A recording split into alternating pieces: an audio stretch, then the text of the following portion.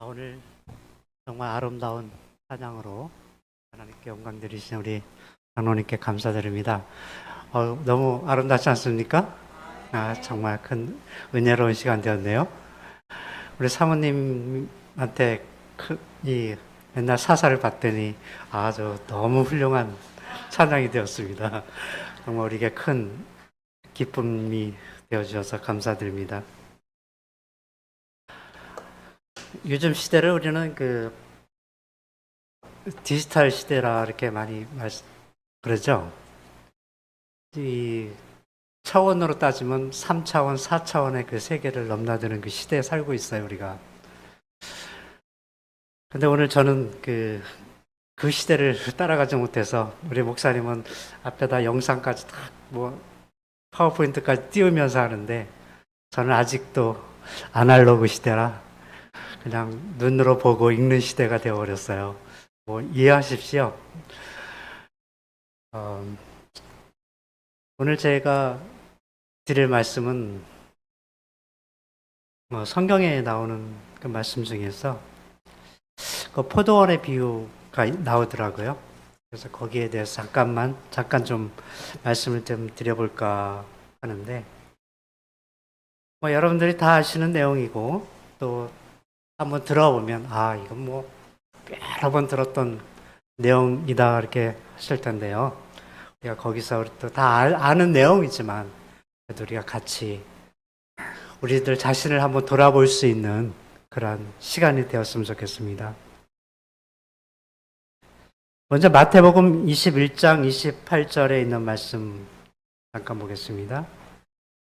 마태복음 21장 28절부터 있는 말씀인데요. 제가 읽겠습니다. 그러나 너희 생각에는 어떠하냐? 어떤 사람에게 두 아들이 있는데 맏아들에게 가서 이르되 오늘 포도원에 가서 일하라 하니 대답하여 이르되 아버지 가겠나이다 하더니 가지 아니하고 30절 둘째 아들에게 가서 또 그와 같이 말하니 대답하여 이르되 실소이다 하였다가 그 후에 뉘우치고 갔으니 그 둘 중에 누가 아버지의 뜻대로 하였느냐? 그 둘 중에 누가 아버지의 뜻대로 하였느냐? 그렇게 물었어요, 예수님이. 그 제자들이 뭐라 그래요? 둘째 아들이니이다. 예수께서 그들에게 이르시되 내가 진실로 너희에게 이르노니 세리와 창녀들이 너희보다 먼저 하나님 나라에 들어가리라. 두 아들이 있었어요. 두 아들 중에서 놀지 말고 가서 저 포도원에 가서 일을 좀 해라 했더니 맏아들이 뭐라 그래요? 갈게요 하더니 갈 생각을 안 해요. 자기 방에 처박혀서 갈 생각을 안 해요. 결국은 갔어요, 안 갔어요? 안 갔어요. 약속해놓고. 근데 둘째 아들은 저 가기 싫어요. 그렇게 말하고 나서 좀 가만히 생각해 보니까 좀 양심이 좀 찔린 것 같아요. 그래서 어떻게 했어요? 갔어요. 가서 이랬어요. 누가 아버지의 뜻대로 한 거예요? 둘째 아들. 자, 그런데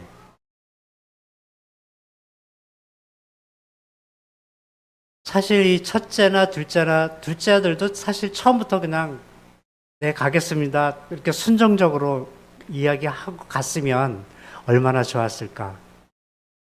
우리 사람들은 정말 겸손해서 그런 건지 이렇게 뒤로 이렇게 좀 빼는 경향이 있어요.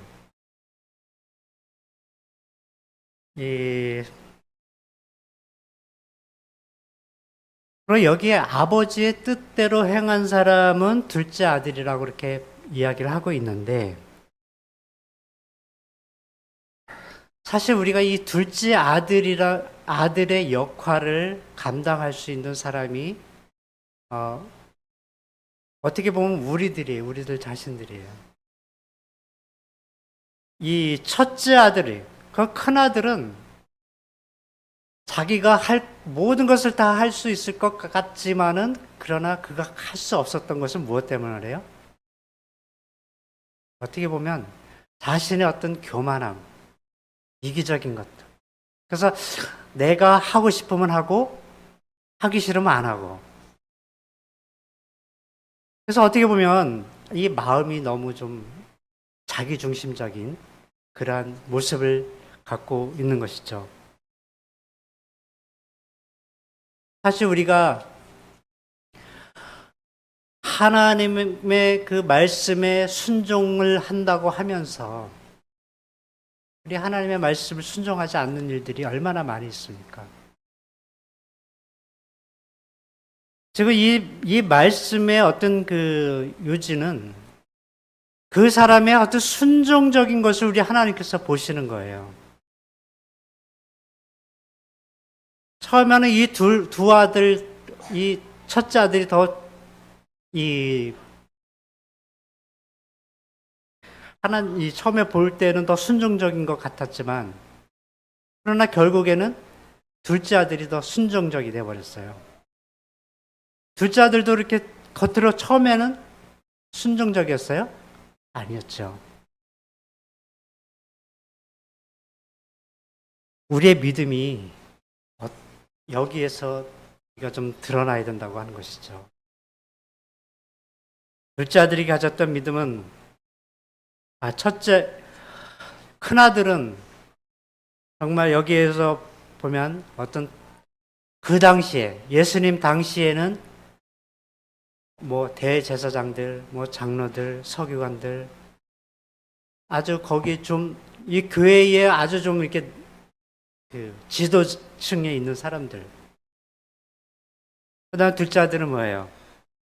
여기 보니까 뭐 세리들, 창녀들, 그렇게 좀 아주 비천한 그런 사람들이었어요. 쉽게 말해서 죄인들이었어요.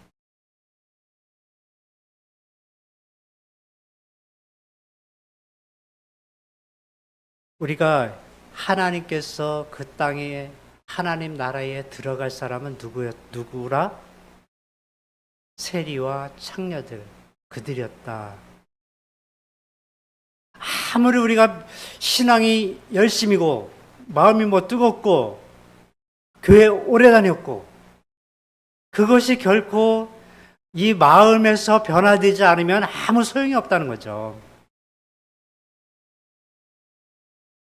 말만 하고 아무것도 하지 않는 신앙들. 우리가 믿음을 가졌다고 권하면서 결국 그 믿음대로 순종하지 않는 사람들. 정말 우리는 이러한 우리들의 모습을 내 자신들의 모습을 좀 살펴봐야 되지 않을까요? 하나님께서 나에게 명하시는, 나에게 원하시는 것을 내가 얼마만큼 감당할 수 있는지. 또 하나의 비유가 있어요. 마태복음 21장 33절부터 있는 말씀입니다.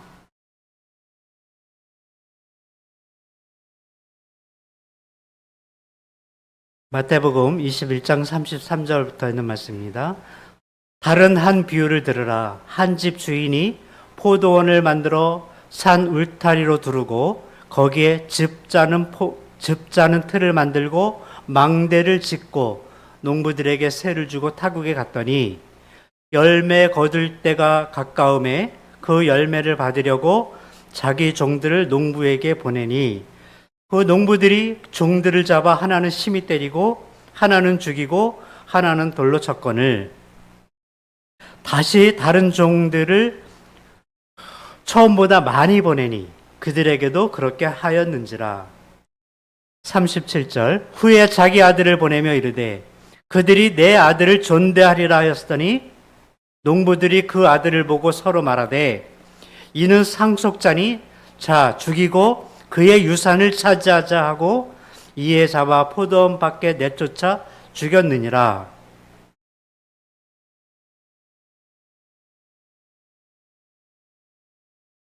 또 다른 한 비유를 주께서 말씀하십니다. 어떤 한 주인이 포도원을 만들었어요. 포도원을 만들고 그 포도원 주위를 울타리를 쳐서 누가 들어오지 못하게 다 준비를 시켰어요. 그 다음에 거기에 또 포도즙 짜는 기계까지 만들어 놓고 또 이렇게 망대까지 만들어서 이렇게 잘 감시할 수 있는 시설까지 다 아주 최첨단 기술로 이 포도원을 만들어 놓고 농부들에게 세를 준 후에 떠났죠. 이제 수확철이 되어서 그 세를 받으려고 이제 누구를 보내요? 자기의 종들을 이제 그 농부에게 보냅니다. 근데 그 농부들이 어떻게 해요? 그 세를 주면 좋은데 세를 주지 않고 그 자기가 보낸 그 종들을 때려서 다시 돌려보내요. 그래서 이 주인이 또 다른 종들을 보내죠.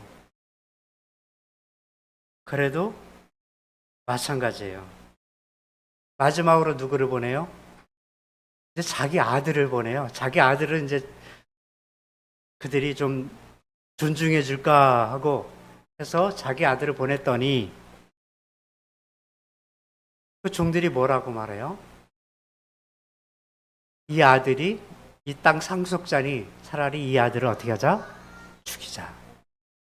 그래서 아들을 죽여요. 그래서 40절에 그렇게 했어요. 그러면 포도주인이 올 때 그 농부를 어떻게 하겠느냐?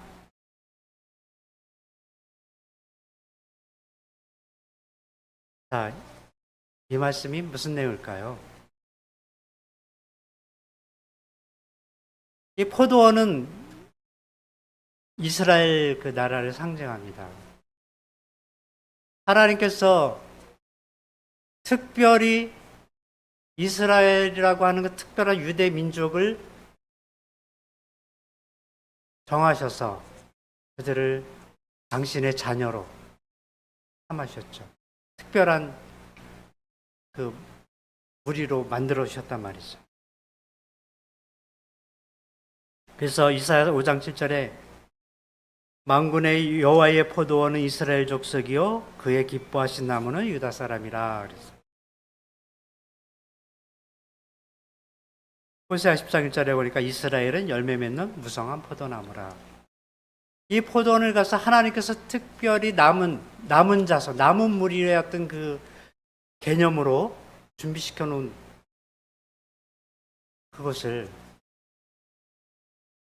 하나님께서 관리하고 그 농부들을 준비시키죠. 농부에게 세를 주고 떠나요.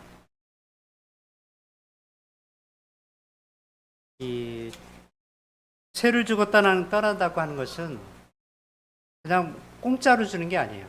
그렇죠? 이 옛날에도 이렇게 소작농, 지금도 있겠지만 그 소작농이라 해가지고 남의 땅을 빌려서 거기서 농사를 지으면 그 소출의 얼마를 그 주인에게 줘야 돼요. 그렇죠? 그거는 당연한 거죠.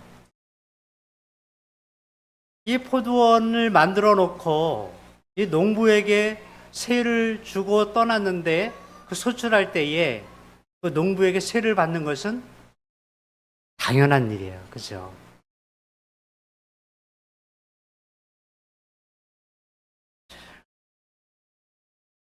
하나님은 사실 우리 모든 백성에게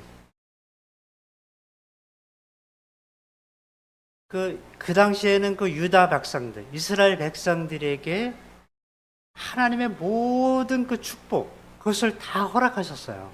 그렇죠? 아브라함을 부르시면서 또 이삭과 야곱을 부르면서 그들에게 주신 모든 축복들을 허락하셨단 말이에요. 그래서 그들이 그 땅에서 아주 첫째 부자가 되었지 않습니까? 이렇게 살았지 않습니까?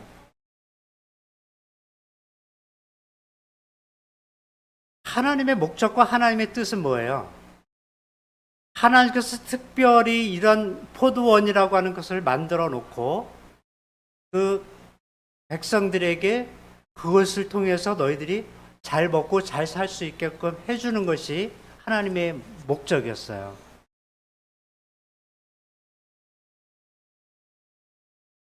그 땅의 소유권이 누구예요? 그 농부들 거예요? 아니, 하나님 거였단 말이죠. 그 땅의 주인이 따로 있었어요.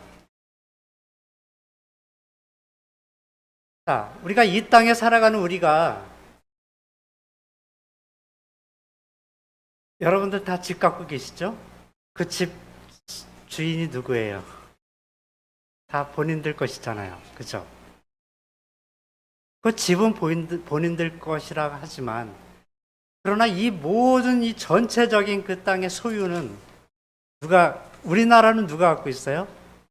국가예요. 하나의 그 영토 개념으로 봤을 때. 그럼 이 지구는 이 창조하신 우리 하나님 거란 말이죠. 하나님이 이 모든 세상, 온 세상의 소유주가 되는 것이죠.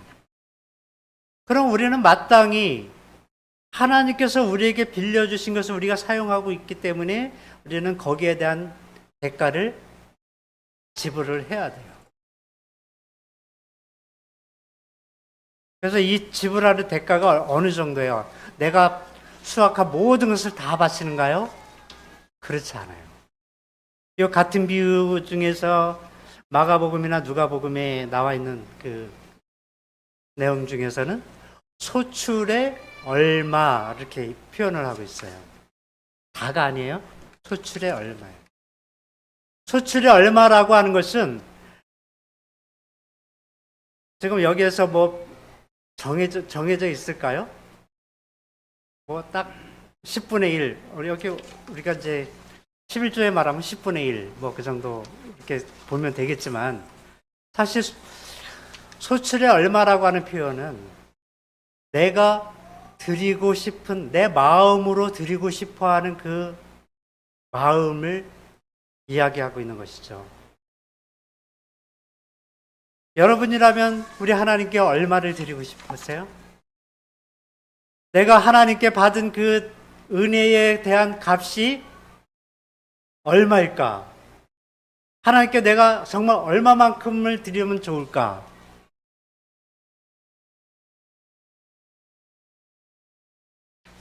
사실 정상적인 사람이라면, 정말 큰 은혜를 받은 사람이라면, 내가 하나님께 드리는 것이 아깝지 않을 정도의 그 마음을 갖고 있어야 돼요.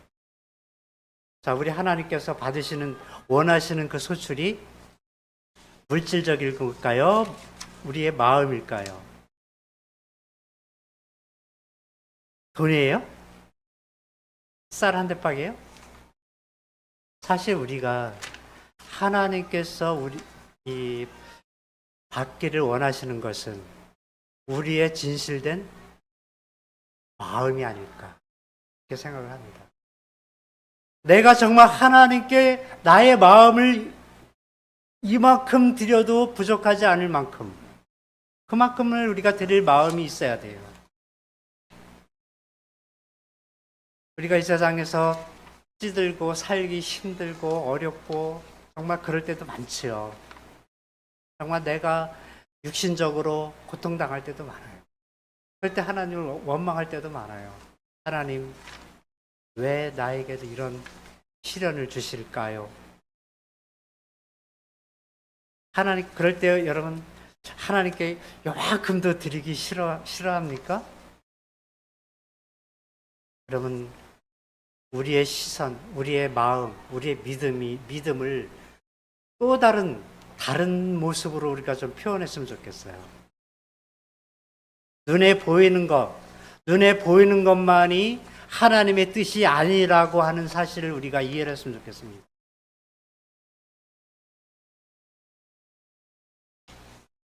사실 우리 모든 것들을 주신 것은 우리 하나님이신데, 모든 소유권을 갖고 계신 분은 우리 하나님이시고, 그 가운데서 모든 것을 허락하신 것이 우리 하나님이신데, 우리는 그 안에서 살면서 우리는 얼마나 우리의 마음이 강팍해지고 우리의 마음이 욕심이 많아지고 이 농부같이 그 소출의 그 얼마를 원하지만 그것까지도 드리기를 거부하는 우리의 완악한 마음이 되지 않았을지 우리는 한번 돌아봐야 된다는 것이죠.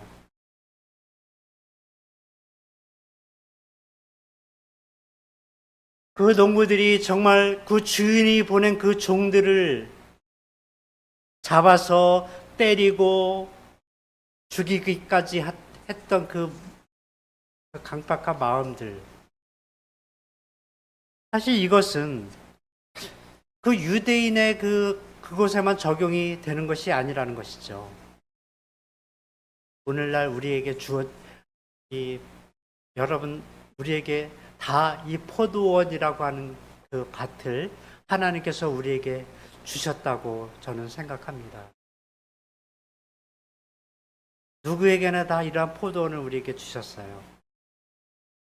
그런데 이 포도원 속에서 나의 역할은 어떠한 역할을 하고 있을까?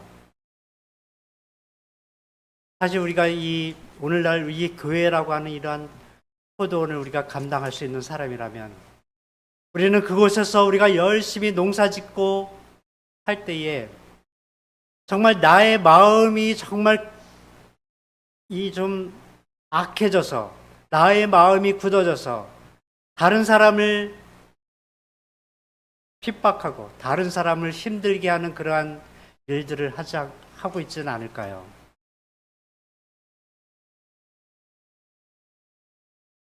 우리가 하나님으로부터 받은 그 축복은 사실 우리가 내 힘으로 아무것도 할 수 없었던 그 상황이지만 그러나 거기서 하나님께서 우리에게 주셨다고 하는 겁니다.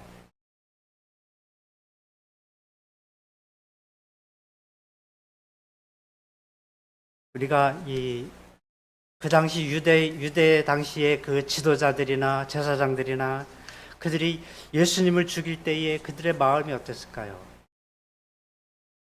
또 선지자들을 죽였던 그들의 그 강팍 같은 마음들이 어땠을까요?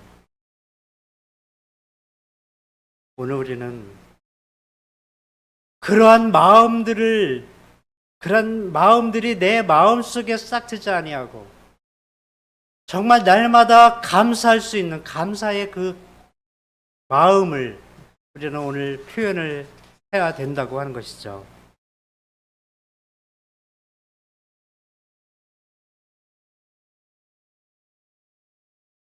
마태복음 23장 34절에 그러므로 내가 너에게 선지자들과 지혜 있는 자들과 서기관들을 보내매 너희가 그 중에 더러는 죽이거나 십자가에 못 박고 그 중에 더러는 너희 회당에서 채찍질하고 이 동네에서 저 동네로 따라다니며 박해하리라.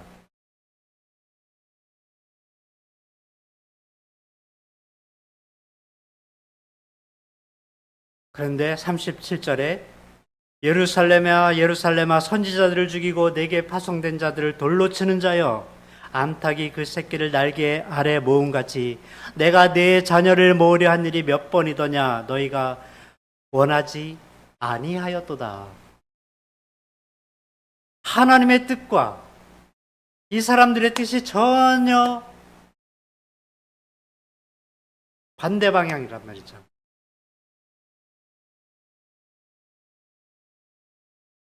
파괴하는 자와 모으는 자. 우리 주님은 우리 사람을 모으는 사람이에요. 모으는 분이세요. 날개 아래 다 보호하려고 하시는 분이에요. 그러나 그 당시에 여러 부류들은 어떻게 했어요? 다 십자가에 못 박게 하고, 다 회당에서 내쫓고, 채찍질하고. 오늘 우리가 정말로 사람을 모으는 사람이 되어야 되는데, 우리를 내쫓는 사람이 되어야 되지 않고 있습니까? 정말 우리가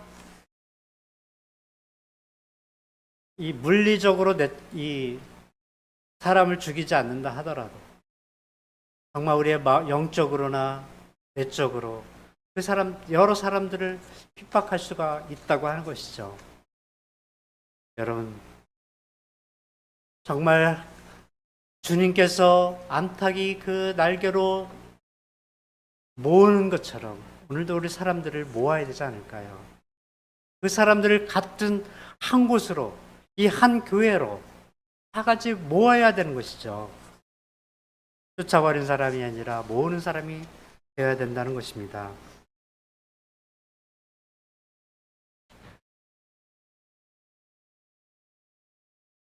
정말 이 포도원을 맡긴 그 농부들, 다 농부는 농사 짓는 사람이에요. 자, 여기 그 40절에 그러면 포도원 주인이 올 때에 그 농부들을 어떻게 하겠느냐? 그들이 말하되 악한 자들을 진멸하고 포도원은 제때 열매를 바칠 만한 다른 농부들에게 세를 줄지니이다. 그랬어요. 다른 농부에게 이 특권을 돌아갈 수 있다는 거죠. 아까 처음에 봤던 세리나 창녀들이나 그러한 정말 주목받지 못했던 그러한 사람들이 회개하여 돌아올 때에 그들의 이 포도원의 주인이 그들에게로 돌아간다고 하는 것이죠. 여러분, 오늘 정말 우리에게 이 말은 정말 우리가 감당치 못할 이 농부의 역할을 우리가 감당치 못한다면 다른 사람에게 그 소유권이 넘어갈 수가 있다는 것입니다. 하나님의 시간은 길지 않아요. 우리가 한번 구원받았다고 해서 그 구원이 끝까지 유지되는 것이 아니라 하나님의 자비가, 하나님의 용서가 정말 내가 지금 오늘 회개했다고 해서 내일 또 다른 죄까지 그 용서가 적용이 되는 것이 아니라는 것이죠. 내일 죄 지면 그 죄는 새로운 죄가 되는 거예요. 어제 내가 용서를 받았는데 내일 죄까지 용서를 받게 되는 것이 아니란 말이죠. 언젠가는 정말 하나님의 이러한 자비가 끝일 날이 올 것이다 라고 하는 것이 올 것이라는 것이죠. 그래서 여러분, 정말 나는 하나님 나라를 확장하기 위해서 어떠한 열매를 맺고 있을까요? 혹시 내가 누리고 있는 이 기득권들, 권세를 유지하고자 하나님께 마땅히 드려야 할 소출을 드리기를 거부한다면, 아니, 어떻게 보면 내가 혹시 그 자리에 있지 않을까? 오늘 우리의 나의 마음이 정말로 하나님께 너무너무 감사해서 드려지는 그런 마음이 되시기를 간절히 바랍니다. 마태복음 21장 43절 44절입니다. 42절부터 보겠습니다. 예수께서 이르시되 너희가 성경의 건축자들이 버린 돌이 모퉁이의 머릿돌이 되었나니 이것은 주로 말미암아 된 것이요 우리 눈에 기이하도다 함을 읽어본 일이 없느냐. 그러므로 내가 너희에게 이르노니 하나님의 나라를 너희는 빼앗기고 그 나라의 열매 맺는 백성이 받으리라. 이 돌 위에 떨어지는 자는 깨지겠고 이 돌이 사람 위에 떨어지면 그를 가루로 만들어 흩으시리라. 사실 예수님은 모퉁이의 머릿돌이라 이렇게 했어요. 사실 이 머릿돌은 상당히 중요한 돌이에요. 근데 이 건축자들이 이 중요한 돌을 무시하고 막 버리려고 그래요. 그러니까 어느 순간에 이 모퉁이 돌이라고 하는 이 돌이 그 자기의 그 쓰임새에 맞게 그곳에 딱 제자리에 서게 될 그 시기가 온다는 것이죠. 그 서기까지는 이 돌이 그냥 이리 굴러다니고 저리 굴러다니고 사람에게 치이고 막 그래요. 이 버림받은 이 머릿돌은 우리 주님을 상징한다고 했습니다. 아까 죽임을 당한 주인의 아들도 주님을 상징한다고 했습니다. 정말 이 모든 사람들에게 거부를 당했지만 예수님은 구원의 반석이 되셨어요. 근데 21장 44절에 거기에 두 사람이 등장하는데 어떤 사람이에요? 돌 위에 떨어져서 깨지는 사람이 있고 돌이 그 사람 위에 떨어져서 그 사람이 가루로 만들어져서 흩어지게 하는 사람이 있다 그랬어요. 돌 위에 떨어진 자의 특징은 그리스도께 복종한다는 뜻입니다.